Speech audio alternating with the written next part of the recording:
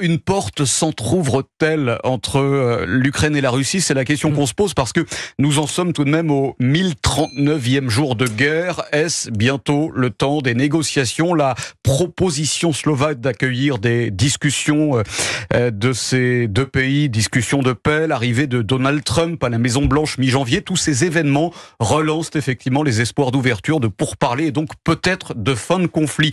Pour nous éclairer, Régis Le Sommier, grand reporter, spécialiste de cette région. Bonsoir Régis Le Sommier. Bonsoir. Alors, la question est toute simple. Voit-on enfin le bout du tunnel ? Écoutez, je pense, je vais pas vouloir calmer les ardeurs et jeter toucher les espoirs. Un voile sombre, sur effectivement ces possibilités, le fait que l'année 2025 peut-être verra des négociations et peut-être verra enfin la fin de ce monstrueux conflit qui se déroule à nos portes.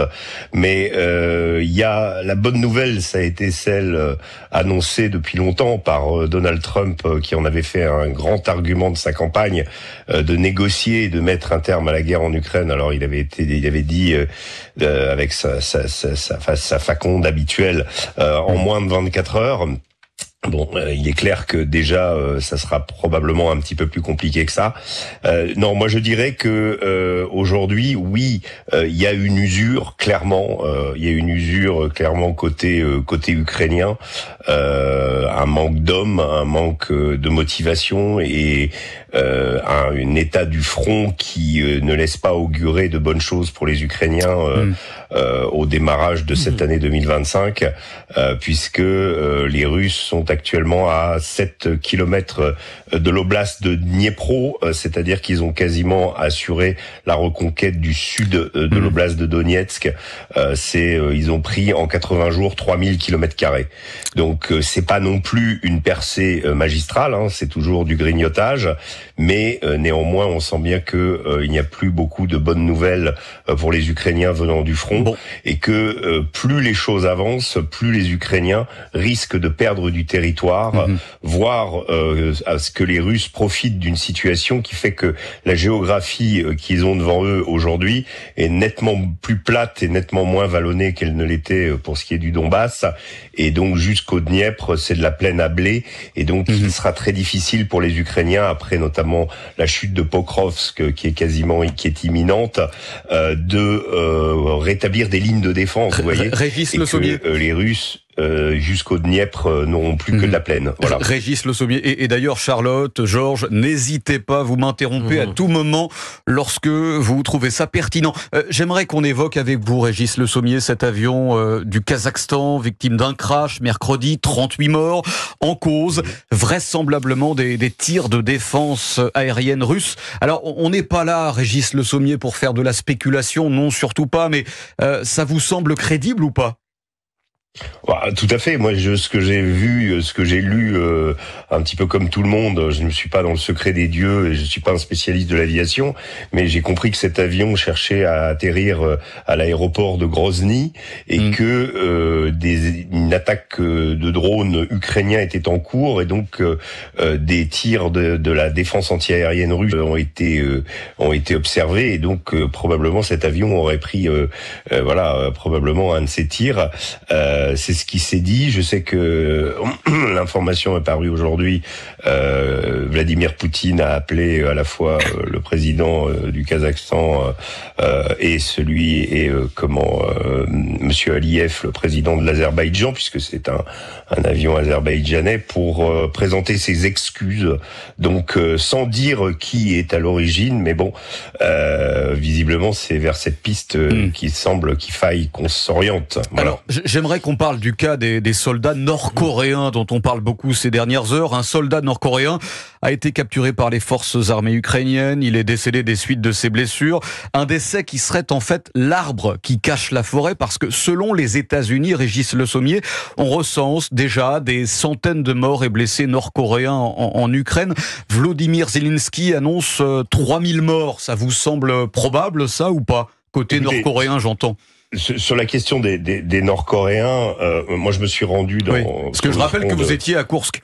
Voilà, j'étais à Koursk en novembre, où à l'époque déjà les services de renseignement ukrainiens annonçaient la présence sur le front de soldats nord-coréens. Donc vous vous doutez bien, comme j'ai été avec une unité de drones russes, j'y aurais demandé, j'ai posé la question plusieurs fois.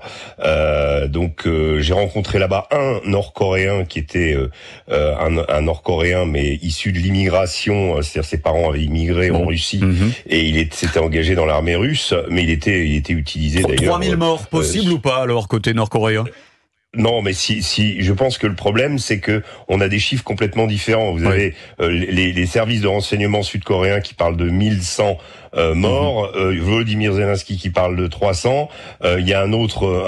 C'est vrai. Donc, en fait, moi, je pense que le problème de la façon dont fonctionnent les unités russes et ukrainiennes de leur côté, c'est-à-dire que c'est très difficile de communiquer sur un front, contrairement à ce qu'on peut imaginer. Parfois, certaines unités ont du mal à communiquer avec la voisine.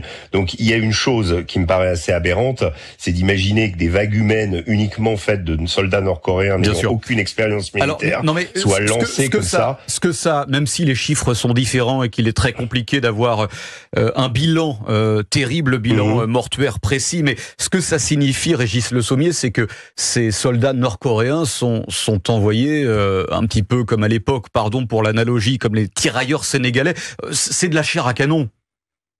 Disons que même sans remonter aux tirailleurs sénégalais, vous prenez les prisonniers formés, instruits par Wagner, que j'ai eu l'occasion d'ailleurs de rencontrer, sur la contre-offensive ukrainienne au sud de Bakhmout, à Kleshivka, Andrivka en 2023. Ces gens-là ont été littéralement sacrifiés. C'est des unités qui ont perdu jusqu'à 80% de leurs hommes. Donc il y a eu des vagues humaines comme ça, oui. Les Russes ont recommencé à faire des assauts, notamment au nord de Soudja, en fait du saillant de Soudja, c'est-à-dire à Koursk, on recommençait à faire des assauts en plaine, c'est-à-dire où on envoie des soldats, même si c'est limité. On est quand même dans une guerre où le drone a tout changé. Donc, et le drone attaque des soldats individuels aussi.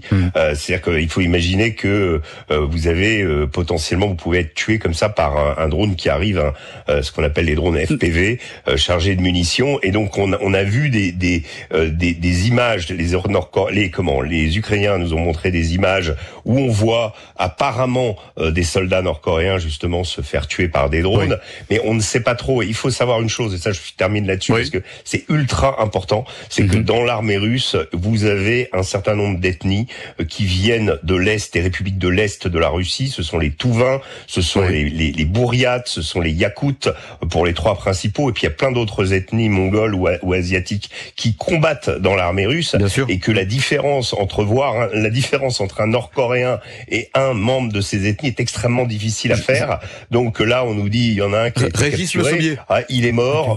On n'a pas de preuves. Régis Le Sommier, c'est ça le problème. Mes protagonistes autour de la table, Charlotte Dornelas et surtout Georges Fenech, souhaitent vous poser des questions. Georges Fenech, je vous en prie, Régis Le Sommier vous écoute. Une question à Régis Le Sommier. On a vu tout récemment que la Slovaquie avait fait des offres de services pour faire négocier les deux parties ensemble.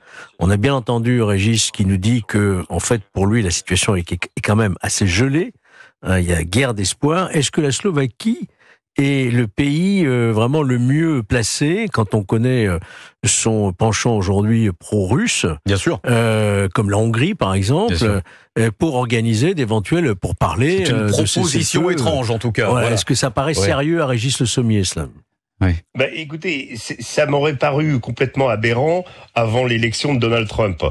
Maintenant que Donald Trump a pour objectif, et il l'a encore redit, de terminer cette guerre et d'arriver à une négociation, et c'est lui qui offre une négociation quelque part à Poutine, on ne sait pas comment Poutine va réagir. Moi, la vraie question, c'est qu'on a vu une sorte de dialogue par déclaration interposée entre Poutine et Trump s'établir. Poutine en novembre a salué le courage de Donald Trump pendant sa tentative d'attentat. Donald Trump a dit qu'il fallait dialoguer avec Poutine, a promis qu'il y aurait une négociation. Donc ça veut dire que ça va se faire. Maintenant, ça va se faire comment? Et est-ce que Poutine, actuellement, alors que ses troupes sont à l'offensive et gagnent du terrain, va-t-il être intéressé par le fait de geler le front, de s'imaginer que peut-être l'OTAN va investir à nouveau dans l'Ukraine et que dans quelques années, il va y avoir à nouveau une guerre. Et pour les Ukrainiens, c'est la même chose. La méfiance me